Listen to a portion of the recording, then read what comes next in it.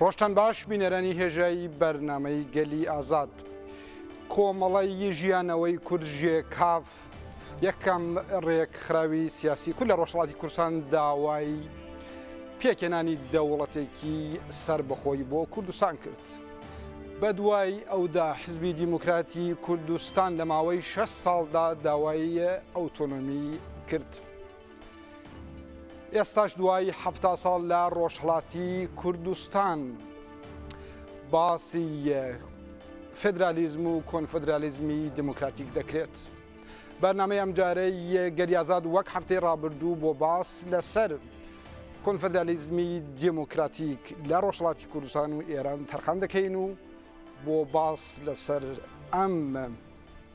بابەتەش بەڕێز حەمەدەمین چیرە چاودێری سیاسی لە ئستودیۆ حەزرە. کاک حەمەدەمین بەخێر بێ. سپاس دەکەم. کاک حەمەدەمین با لەو پرسیارەوە دەست پێ بکەین. 100 ساڵە دەوڵەتی نەتەوەیی لە ڕۆژهەڵاتی ناوەڕاستدا دامەزراون. دەوڵەتی نەتەوەیی هەرە بەرچاویشیان دەوڵەتی تورکیا و ئێران. دواتر سیستەمەکانی دیکەی بەڕێوەبەری لەم هەرێمە بۆ نمونە وەکو دەستپێکی بەرنامەکە 6 ساڵە حزبی دیموکرات داوای ئۆتۆنۆمی کرد بۆ ڕۆژهەڵاتی کوردستان ئۆتۆنۆمیش دروست نەبوو. لە 2003 لە عێراقدا سیستمی فدرالی هەیە بەڵام سیستمی فدرالی وەکو هەیە جێگەی نەگرتووە. بەگشتی دەوڵەتەی نەتەوەیی و فکرەکان لە ڕۆژهەڵاتی ناوەڕاستدا یانە فکر بۆ پێکێنانی سیستمێکی بەڕێوەبەری لەم هەرێمەدا لە نێو قەیراندایان. بە بۆچوونی ئێوە ئایا ئەمانە هەمووی لەبەرەوەی کە بەرهەمی ڕۆژئاوایی نەچەسپاون لە هەرێمەکەدا یا هۆکارس چییە کە تا ئێستا سیستمی بەڕێوەبەری لە هەرێمی ڕۆژهەڵاتی ناوەڕاستدا بە کوردستانیشەوە وەک چۆن هەیە نەچەسپاون؟ فەرموو. سپاس بە سڵاو لە بینەران. بە بەروای من کێشەی ئەسلی لەوەدایە کە پێکاتەی ڕۆژهەڵاتی ناوەڕاست پێکاتەیەکی یەکجار زۆر ڕەنگاوڕەنگە تێکچڕژاوە و لەباری سیاسی کۆمەڵایەتی ژێئۆپۆلیتیکی ئابووری لە هەموو بارەکان کۆمەڵگایەکە کە داوا دەکا خوێندنەوەیەکی زانستیانە و تیۆڕێکی وهای بۆ بکرێکە دەگەڵ واقعی ئەو ناوچەیە بیخینێتەوە. من وا هەر ئیشارەیەکی بچووک دەکەم کە لە قەرنی 14دا ئیبن خەلدون وەک کۆمەڵناسێک بۆ ئەوەڵجار ئاماژە بەو گیری گرفتە دەکات لەو ناوچەیەدا و هاتا لەو بابەتەوە تیۆڕێکیش باز دەکا کە دلیلی چییە ئەو ناوچەیە سەقامگیر نابێ بە جۆرەی دەستهەڵاتداران بەڵام سەرڕای ئەوەی ئەو خەڵکە ژیانی خۆی هەر دەکا و دەباتە پێش. تیۆریەکە چییە؟ تیۆرەکە ناوی عەسەبیەیە. دیارە ئەو نەزەراتی خۆی هەیە لەو بابەتەوە بۆچی ئەو مەسەلا بەو شێوەیە پێویست ناکە ئێمە دەگەڵ نەزەراتی تیۆری عەسەبیە ئیبن خەلدون موافق بین، بەڵام ئەوەش نابێت لەبیر بکەین کە واقعیەتێکە ئەو گیرگرفتەی کە لە ڕۆژهەڵاتی ناوەڕاستدا هەیە زۆر خوێندنەوەیەکی بۆ نەکراوە. ئەوەی کە ڕەبتی هەیە بە وڵاتانی غەربی دیارە ئەوان بەو خۆشببینی کە هەیەیان بوو بەوەی کە ئێستا لە ئوروپایە ڕۆشنگەری پێکاتەوە مۆدەرنیتە هاتوتە گۆرە و دەوڵەتی نەتەوەیی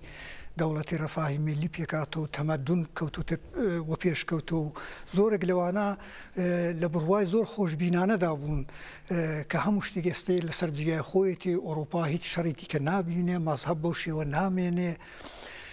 و ئێمە بەو شێوەش دەتوانین وڵاتانی دەرەوەی ئۆروپایش بخەینە ناو ڕێگای تەمەدن و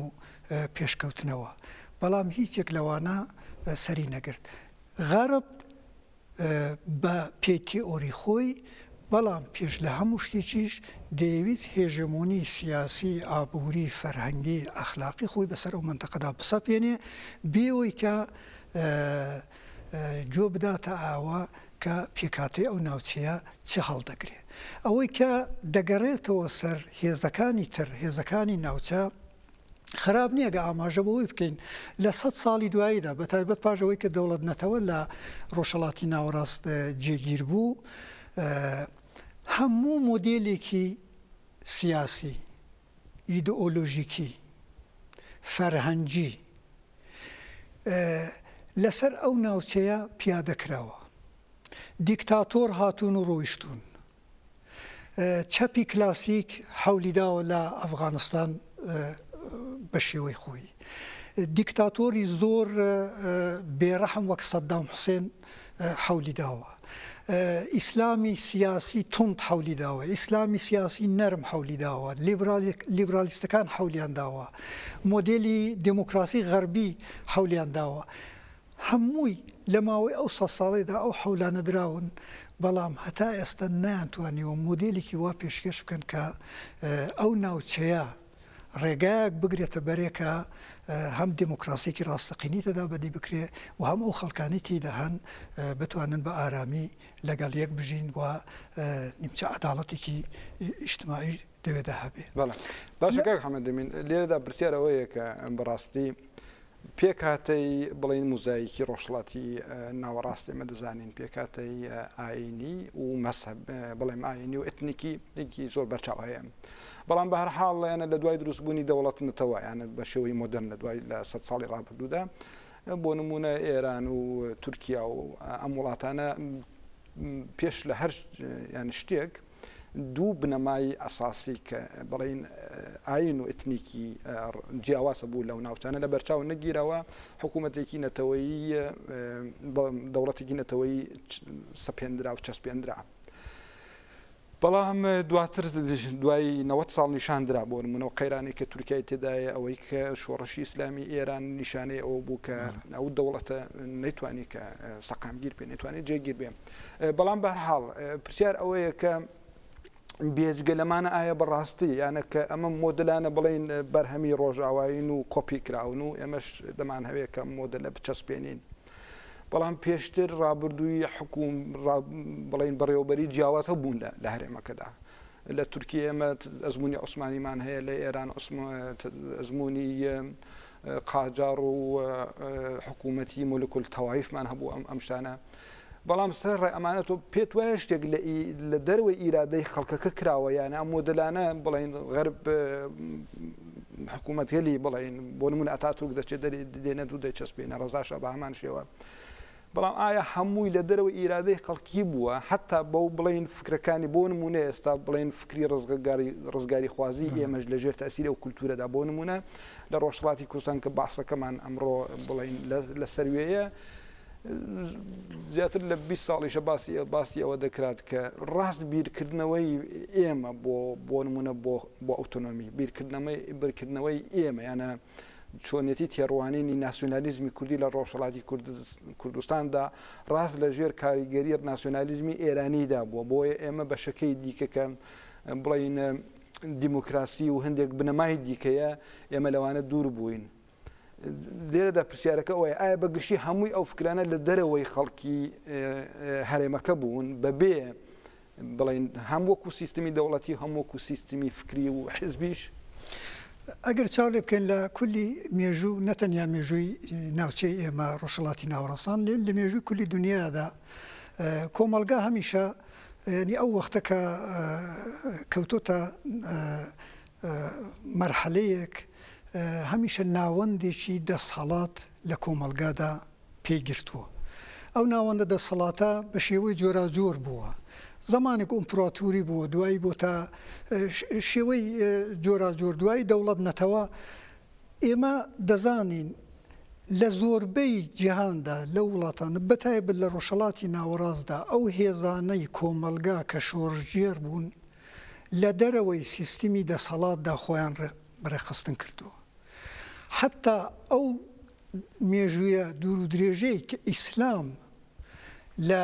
ئەو ناوچەیەدا سەردەست بووە و دەسەڵاتی سیاسیشی بەدەست بووە ئێمە دەبینین کە زۆر تەریقەتی ئیسلامی هەن کە خۆیان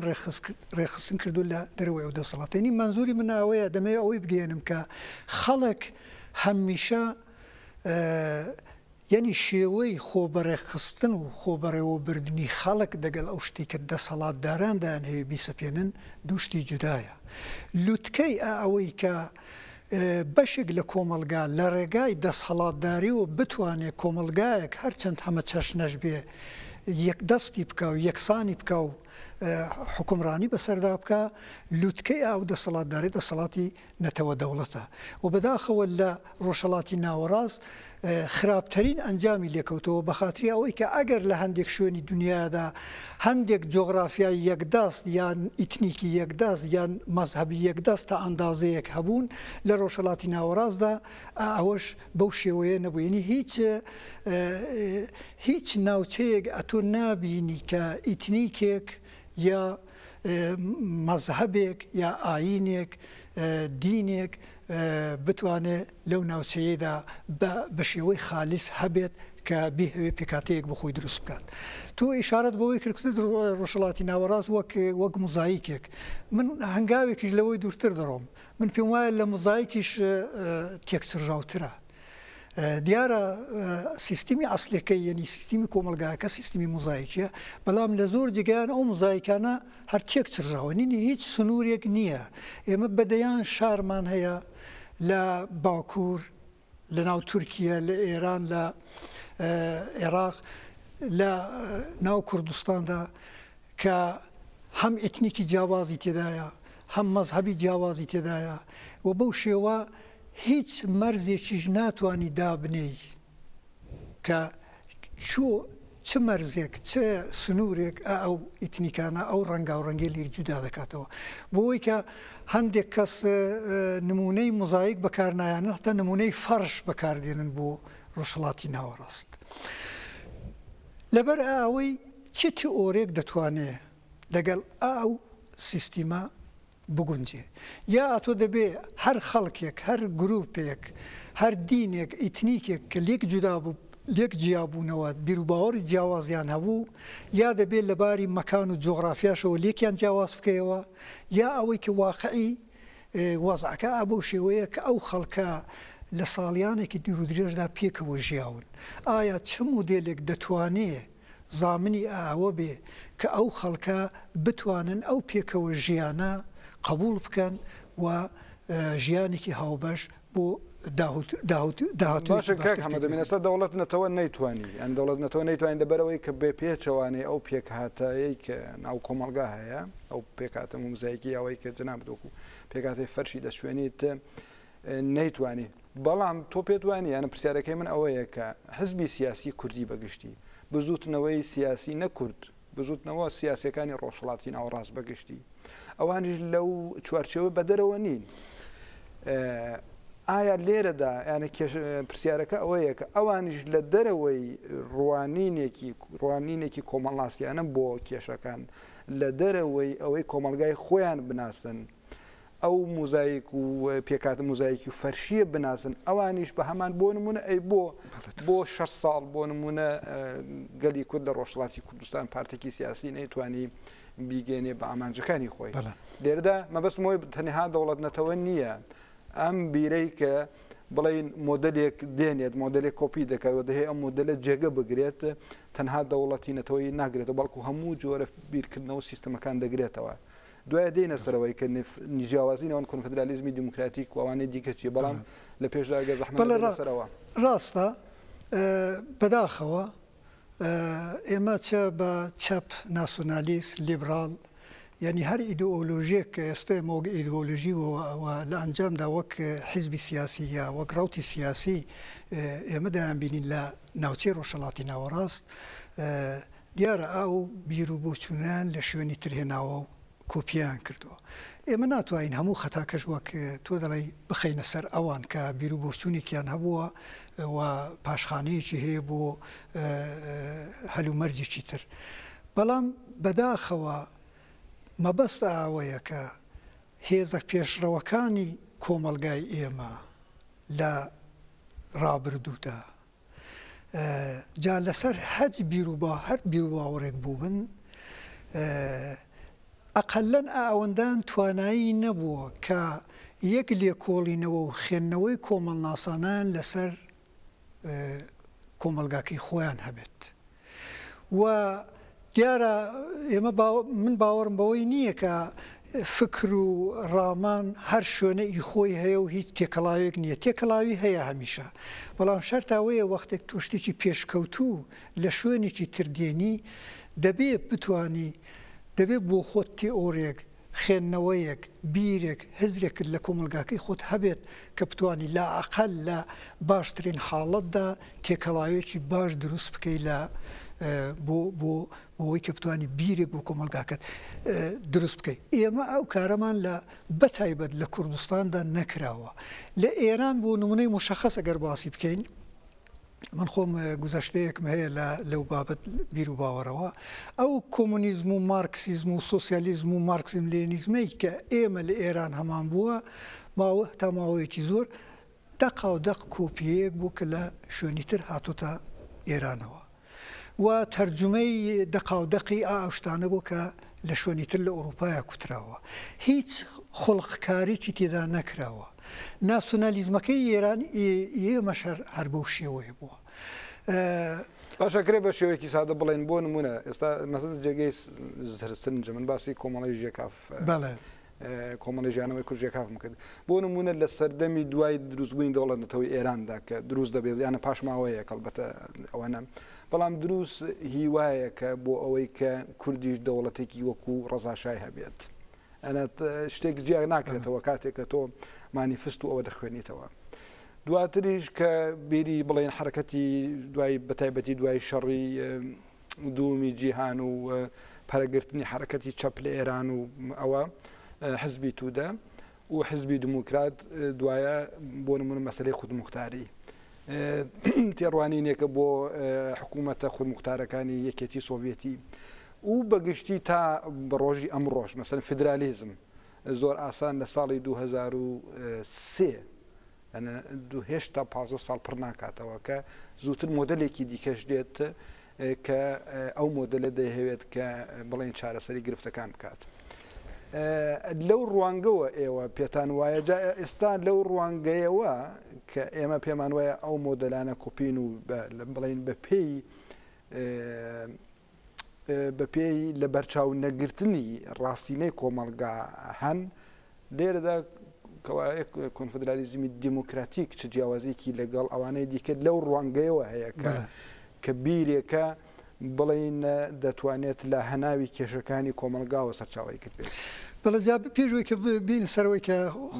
کۆنفرانسی دیموکراتیک چییە یا جیاوازێکی هەیە من پێداگری لەسەرەوەی بکەم کێشەکە دێرەدایە کە ئەو خوێندنەوە زانستیانە و کۆمەڵناسانە لە کۆمەلگادا نەبووە هەروەکی ئێوەش باستان کرد کۆپی کراوە و تەواوی ئەو ڕوانگەیە یعنی ئەو بیرە کە لەسەر ئەساسی خواستی خەڵک بۆ ئازادی و سربەخۆیی یعنی ئەساسەکەی لەسەروەیە بەو شێوە لێک دراوەتەوە لە حەدی ئەوەی کە خەڵک ئەو داخوازی و ئەو ئارزوی هەیە لەو حەدەی تێنەپەڕیوە هیچ پشتیوانەیەکی تئۆریکی ئیدئۆلۆژیکی لە پشت نەبووە هەم مەسەلەی ئیستیقلالی کوردستان هەم دوایی مەسەلەی خودموختاری هەم ئێستا کە هەندێک لایەن باسی فدرالیزم دەکەن ئەوانە لە چوارچێوەی زەدوبەند و هەڵکشان و داکشانی وەزعی منتەقە ناوەندەکانی دەستهەڵات سات و سەودای نێو دەوڵەتان گۆڕانکاری خێرا لە ناوچەکەدا دێتە گۆڕێ لەسەر ئەساسی ئەو شتانە ئەو شعارە سیاسیانە هەڵگیرتراون وەختێکی ئێمە دەبینین لە ناوچەکەدا دەوڵەت نەتەوە دروست دەبێ شتێکی تەبیعیە کە کورد بیر لەوەی بکاتەوە باشە منیش دەوڵەتی خۆم هەبێ بەڵام خۆب دەوڵەت نەتەوە لە ئوروپایەکە دروست بووە هەم لەباری اقتصادی و هەم لەباری فەرهەنگی و هەم لەباری ئەدەبەوە لەباری ینی لە هەموو بارەکەوە پاشخانەیەکی هەیە ڕابردوویەکی هەیە تێکۆشانێک هەبووە کوشت و کوشتارێک هەبووە شەڕی لە پشت بووە تا گەیشتوتە ئێرە و شێوەکانی تریش لە ڕۆژهەڵاتی کوردستانی ئێمە ئەگەر بینین جەخت لەسەر ڕۆژهەڵات بکەینەوە بەداخەوە هەم مەسەلەی شوعار هەڵگرتنی شوعاری ئیستیقلال هەم دوایی بوونە خود مختاری ئەوانە لەسەر ئەساسی ئەو بیر و بۆچوونە نەبووە کە کۆمەلگای ئێمە چی دەوێ هەندێک ئەوزا هاتۆتە گۆڕێ هەندێک مۆدل بوونە مۆت یا ئەوەی کە بە سادەجی وەرگیراوە و دەبینین بۆیە وەختێکی کە هەندێک ڕووناکبیری کورد داوای ئیستیقلال دەکەن بۆ کوردستانێ خب باشە مبارەکە بەڵام هیچ وەختێکی فرسەتی ئەوان نەکرد بێنن باشە تیئۆریزەی بکەن خوێندنەوەیەکی لەسەر بکەن ئیدئۆلۆژیەکی لەسەر دابمەزرێنن لەبەر هەندێک گۆڕانی ناوچەکە و هەندێک ناوەندی دەسەڵاتداری دیکە وا بە سەڵات دەزانرێت کە ئەو شوعارە ببێتە شوعاری خود مختاری کە هەل لە ئەوڵەشەوە خودی هەڵگرتنی شوعاری خود مختاری دەگەڵ پێکەنانی جمهوری کوردستان تەزادی هەبوو کە ئەو تەزادە تا ئێستا شەر قسەی لەسەر دەکرێت و هەل نەکراوە و 40 ساڵ 50 ساڵ زیاتر ئێمە لە ڕۆژهەڵاتی کوردستاندا شوعارێک هەڵدەگرین بە نێوی دموکراسی بۆ ئێران خود مختاری بۆ کوردستان ئێمە یەک کتێبمان لەسەر ینی وەک هێزی سیاسی لە کوردستان لە ڕۆژهەڵات لە ماوەی ئەو 50 ساڵدا یەک کتێبمان ئێمە یەک تیئۆریمان یەک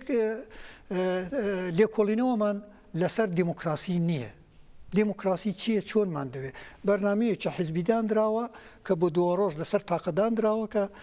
دوایی پیادە بکردێت لەسەر مەسەلەی خودمختاری هیچ شتێک ئەو خودمختاریە چۆنە لایەنی چیە لایەنی کۆمەڵایەتەکەی چۆنە فڵان لەلایەکی دیکەشەوە مەسەلەی هەرە ینی ئیشکالی هەرە ئاساسیە ئەوەیە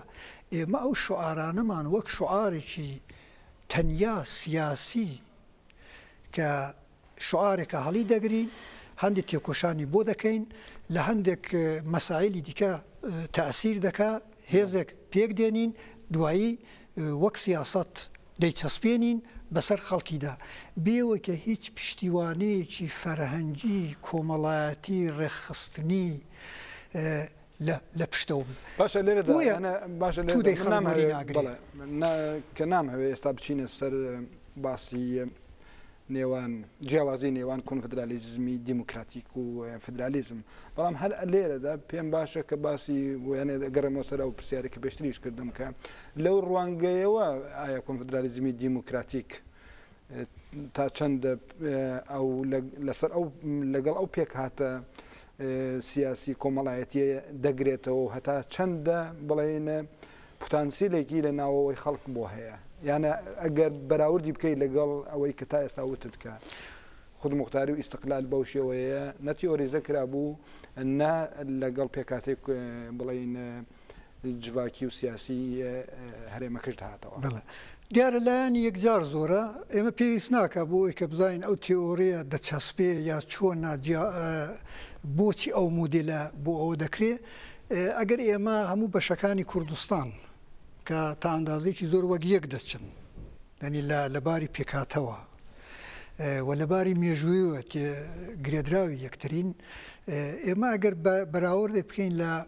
جوڵانەوەی باکووری کوردستان لەگەڵ بەشەکانی تر بۆمان دەردەکەوێت کە جیاوازی ئەو مۆدێلی خۆبەرێوەبەری دموکراتیک یا کۆنفدرالیزم دموکراتیک چ جیاوازێکی هەیە بە باوەڕی من کەم تیئۆری هەیە لە دنیادا کە مەودای بە عملکردنی مەودای پراکتیزەکردنی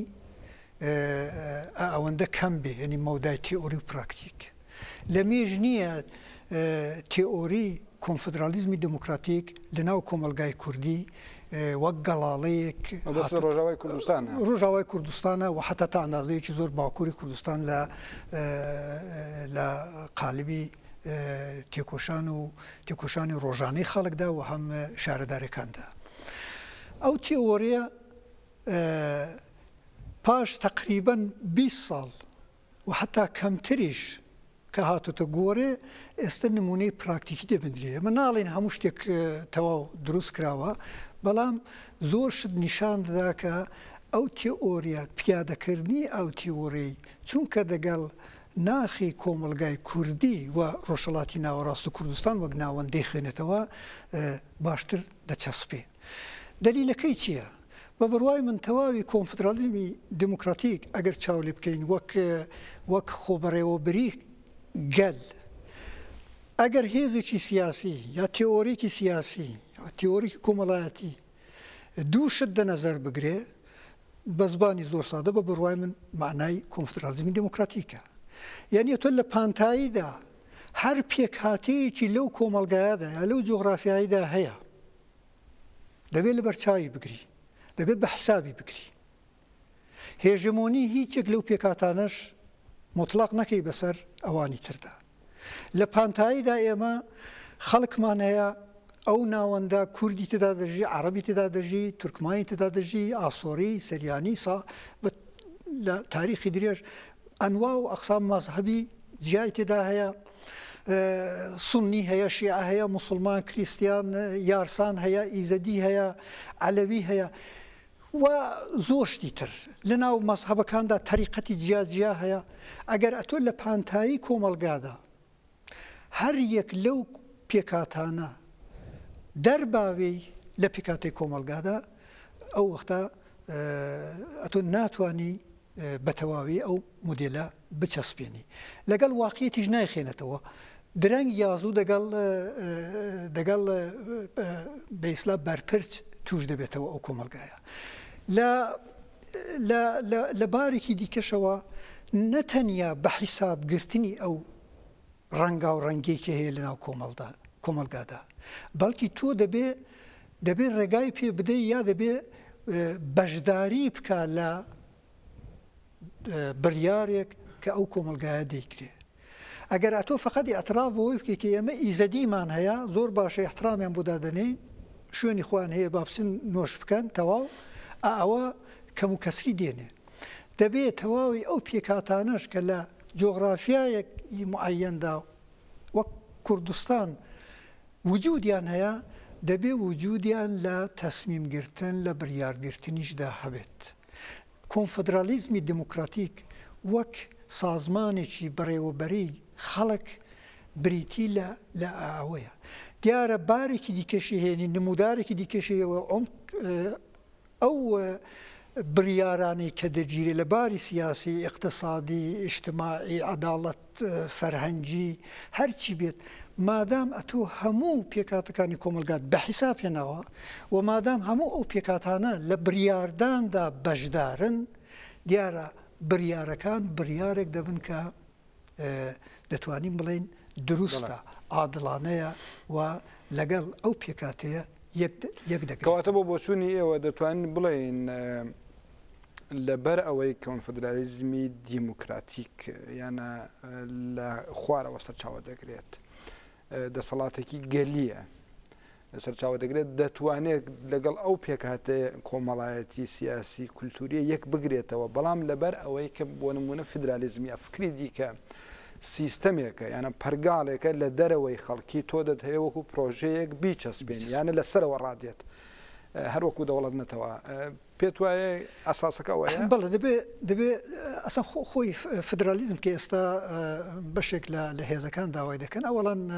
لە چەند ڕوانگەوە دەکرێت پێ و چاوی لێ بکە. سیستەمی فدرالیزمی هیچ منافاتێکی دەگەڵ سیستەمی مرکزیەت نییە. ئەوەی کە هەندێک دەڵێن قودرەت دابەش بکرێ خب قودرەت دابەش دەکرێت بەڵام قودرەتی هەر کەسێک کە دابەش دەکرێت ئەوڵ دوایە لە مرکزێکدا هەر دەخرێتەوە سەر یەک و ئەو تەزاد و تەناقوزاتایی کە هەیە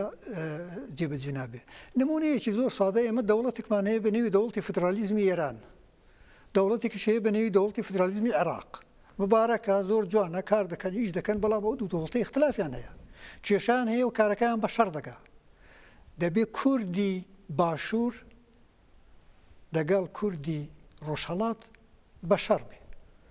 یعنی سیستمی هیچ ڕێگایەک نادا سیستمی فدرالی کە کوردی ڕۆژهەڵات دەگەڵ کوردی ڕۆژئاوا بتوانێت بۆ خۆی کێشەکانی خۆی ئەگەر لە کێشەی مەرزی هەیە یا کێشەی هاتوچۆی هەیە هەر کێشەیەکیە بە هەمان شێوە لە بەلوچستان یعنی بڕیارێکی کە دەدرێت لەسەر چارەنووسی بەلوچستانی ئەو بەرە و بلوچستانی ئەوبەری خەڵکی بلوچ نایدات بەڵکی ناوەندێک لە تاران لە جاتی خەڵکی بەلوچستانی ئێران و ناوەندێک لە کەراچی دیارە لەباری ئەوەی کە ئەیگەمە مقایسە بکەین دەگەڵەوەکی دیکتاتۆری سیستمی فدرالیزمی سیستمیکی باشترە یعنی کەمتر خراپە بەڵام زۆرێک لەو کێشانە حەل ناکە لەبارێکی دیکەشەوە دەبێمە و مەسەلەی بۆ خۆمان حەل بکەین وەختێکی ئێمە فدرالیزم داوا دەکەین بە هەر سوورەت یەکبوونی نەتەوەی کورد بالاخره حزبێکی سیاسی وەختێکی داوای فدرالیزم دەکا ئایا سبەینێ بەرنامەی هەیە بەڕاستی ئەو فدرالیزمانە تێک خاتەوە وەک فدرالیزمی کورد یا بەشی باشوور باکوور ڕۆژهەڵات ڕۆژاوە یا ئەوەی کە هەر بەشەی بۆ خۆی دەمێنێتەوە منزورە ئەوەیە زۆر لایەن هەیە وەختێکی حیزبێکی سیاسی یەک پرۆژە یا یەک دانا بەرنامەی سیاسی یا یەک ڕێگای چارەسەری هەیە تەنیا لەو حەدەدا نەمێنێتەوە مشکلاتی ئەو مەسەلەیە چییە باز ناکرێت ئێمە ئەگەر سیستمی فدرالی زۆر باشە لە ئێرە بمانەوە پیادی بکەین باشە مەرزەکان هەرچی بێت تۆ دەبێت کوردستان وەک سیستمێک وەک بەشە سیستمێک لە سیستمی فدرالی ئەتۆ دەگەڵ تاران یا دەگەڵ بەشەکانی دیکە ئایا هەتا ئێستا ئێمە ساغبووینەوە ئەو بەشەکە کوردستانە لە ڕۆژهەڵات و قەرارە بچێتە ناو فدراسیۆنێک دەگەڵ ئێران چۆیە و ئەگەر ئەو کارەش کرا ئایا لە ناو خودی فدراسیۆنی کوردستان تۆ مەجبور نابی ئەو دەمەش دیسانەکە پێکاتێ ئەو پێکاتانەی کە لە ناو فدراسیۆنەکەتدا هەیە دەنەزەری بگری سیستمێکی تایبەتی بۆ وێش دروست بکەیت چونکە تۆ هەر برگەیەک لە کوردستانێ داببڕی حتمما تورکمانێک یا عەرەب یا میلەتێکی دیکە یا ئاینێکی دیکە ئەنزایەکی دیکەی تێدایە کە ئەتۆ مەجبوری سیستمێکیش لە ناو سیستمی فدرالی هەر بوو ئەو لەکێک لە کێشە هەرە گەورەکانیان بڵین تەنانەت گرێپوچکەشە لە فدرالیزمدا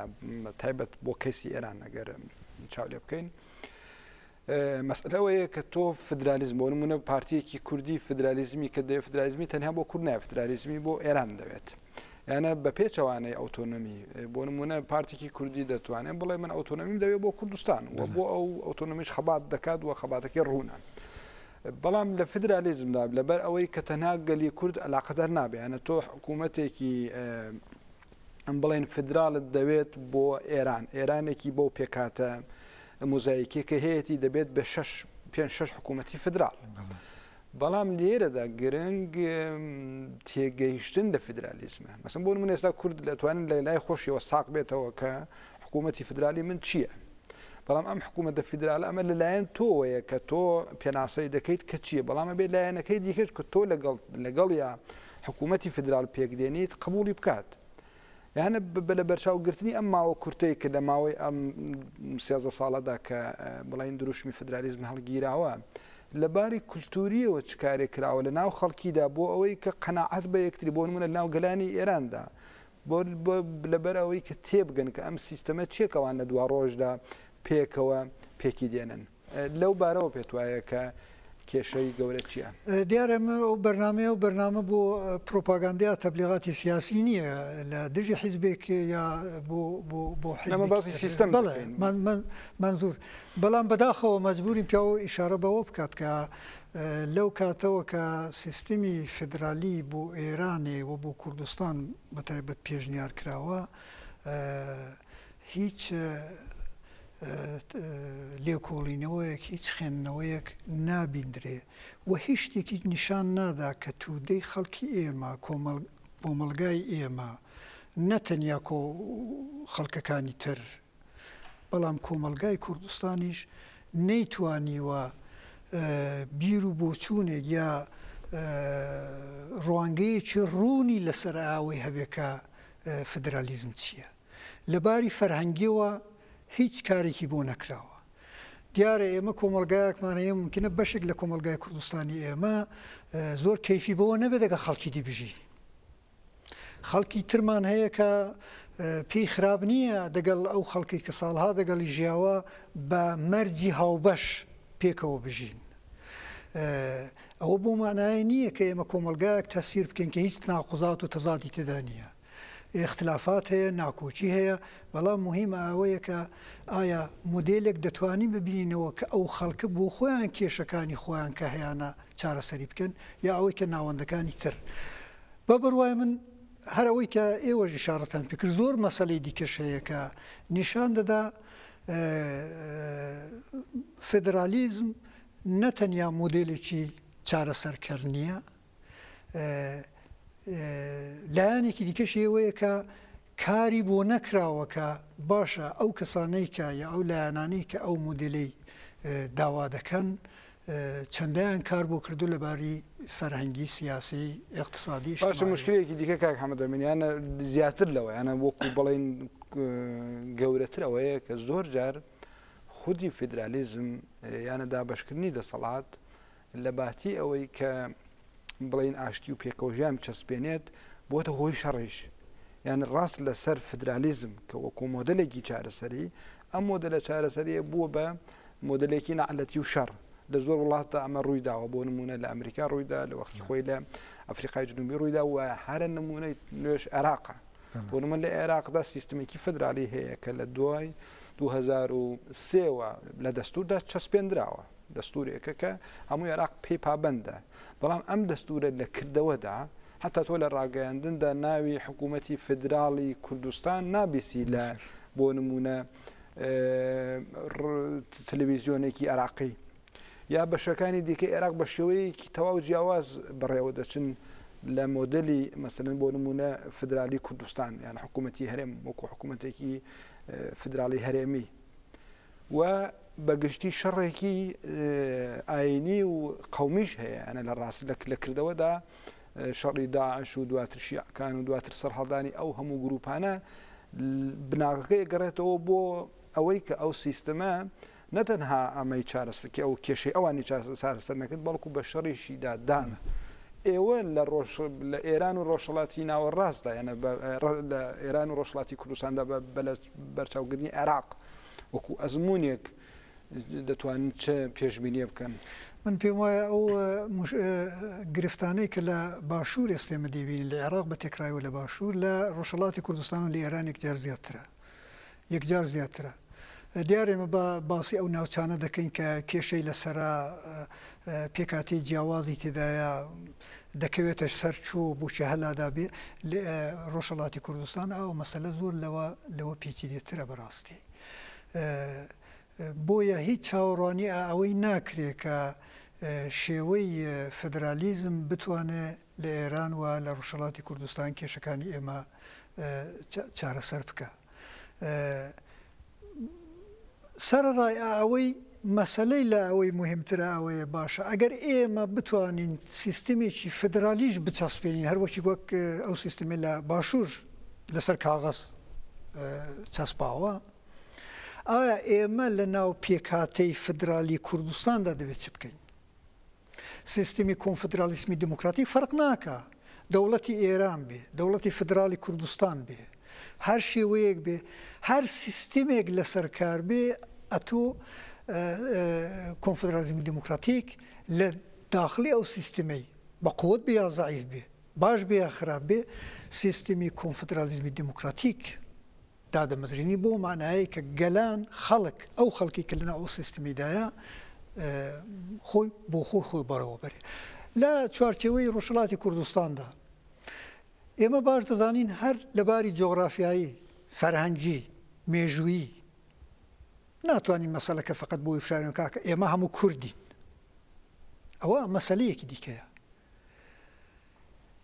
حتا ئەوە لەباری علمی و ئیسپات کراوەکە هەندێک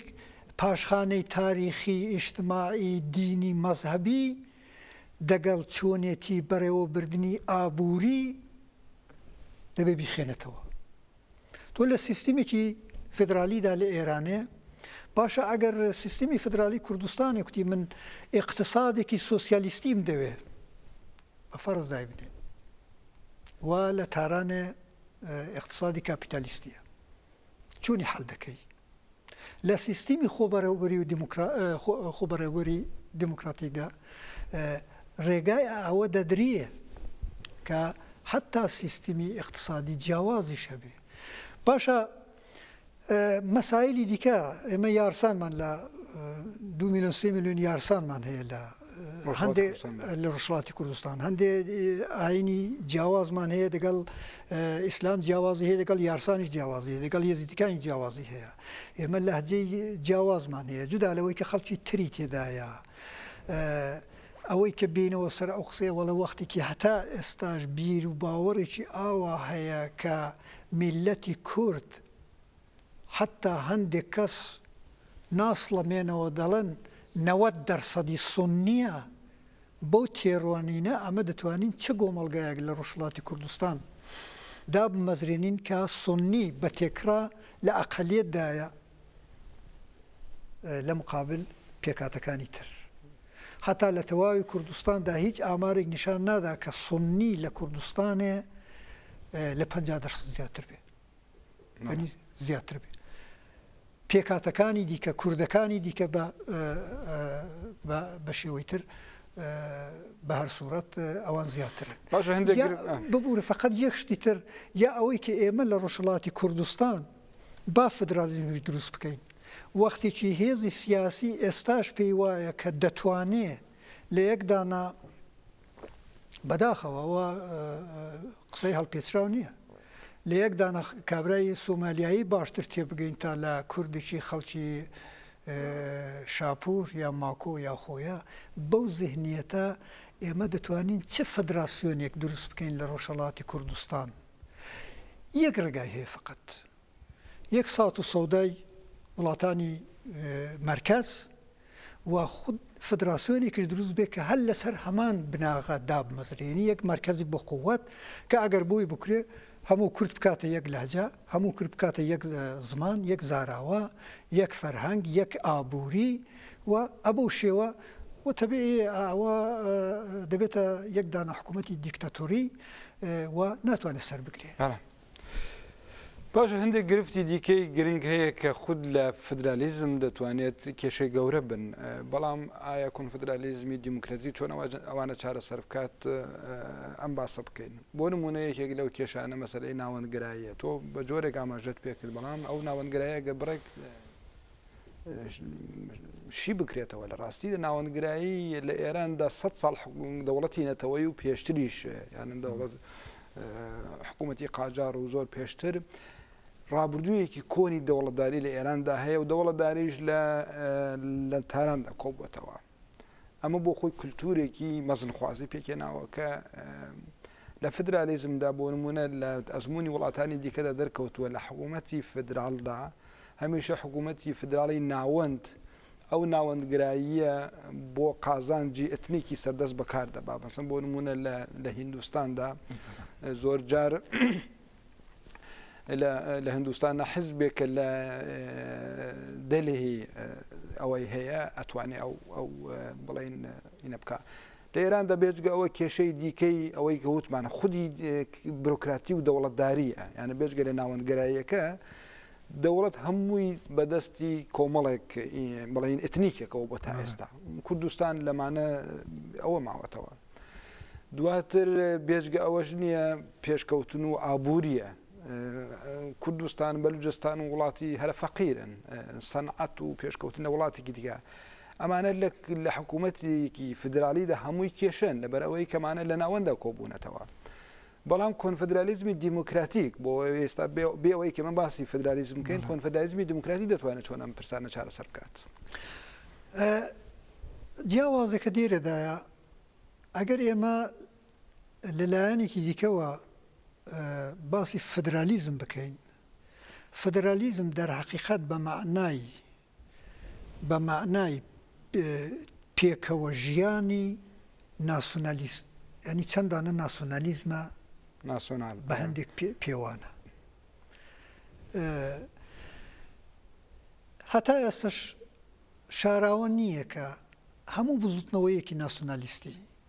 بەبێ مەرکەزگەرایەکی یەکجار زۆر تونند نەیتوانیوە بوونی هەبێ. و ئەو کەسانەی کە ڕێبەری ئەو ناسیۆنالیزمە دەکەن بۆ شێوەیە و سەردەستەگی دەکەن لە دەسەڵاتدان شتێکی شاراوە نییە. یعنی نخبەیەکن لە ناو کۆمەڵگادا کە لەسەر حسابی خەڵکەکانی تر دەسەڵاتیان هەیە. ئەو ناسیۆنالیزمە چی کورد بێت، چی بەلووس بێت، چی عەرەب بێت، چی تاران بێ، ناوەڕۆکەکەی یەکە. یعنی لە پێکهاتەیەکی ئاوادا ناسیۆنالیزم لە ناو فدراسیۆنی کوردستانیشدا جیاوازێکی ئەوتوی نییە. یعنی ئەمە ناوێت بکەوینە سەرەوەی کە چونکە ئەگەر کابرا سەرمایه‌دارێکی خراپ سەرمایه‌داری ئەگە خراپە بەڵام ئەگە کورد بێ باشە. فلان بیرروباوەڕ ئەگەر کوردەکە هەیە بێ باشە، ئەگەر هەمان بیرروباوەڕ فارسەیبی خراپە. یعنی شتێکی وان نییە. منزوری بۆ نمونەی هەرە باشی باشوورە. یعنی لە باشووردا تۆ دەبینی لە پێکهاتەی باشوور حکوومەتی باشووردا هەمان مرکزگرایی، هەمان ذهنیەت و هەمان سڵتە تەڵەبی و بەکەمزانینی خەڵک قدرەت لە شوێنێکی تایبەتدا چەسپاوە و بەرەو زیادبوون دەکات. کۆنفدرالیزمی دموکراتیک وەک کۆمەڵگایەک ئەوەڵەن شتێکی سیستمێکی دەوڵەتی نییە، سیستمێکی خەڵکیە. لایەنێکی هەرە بە قووەتیشی ئاوەیەکە، حتا لەو شوێنانی کە دەوڵەت هەیە فۆرمۆلی ئاساسەکەی ئاوەیە، هەتا کۆمەڵگا زیاتر، یعنی کۆمەڵگای زیاتر، قدرەتی کۆمەڵگا زیاتر و دەوڵەتی کەمتر. هەمچی تیۆرێک هەتا هەندێک لیبرالیش دێڵن دەوڵەت بچووک بێت کۆمەلگا گەورە بێ، بەڵام ئەوان مەزوریان کۆمەلگا مەزوریان سەرمایه‌دار و بە ئیسڵاح شرکەتایی اقتصادیە. دەوڵەتیشیان فقط بۆی دەبێ ئەگەر خەڵک دژایەتی کرد سەرکوتی بکەن.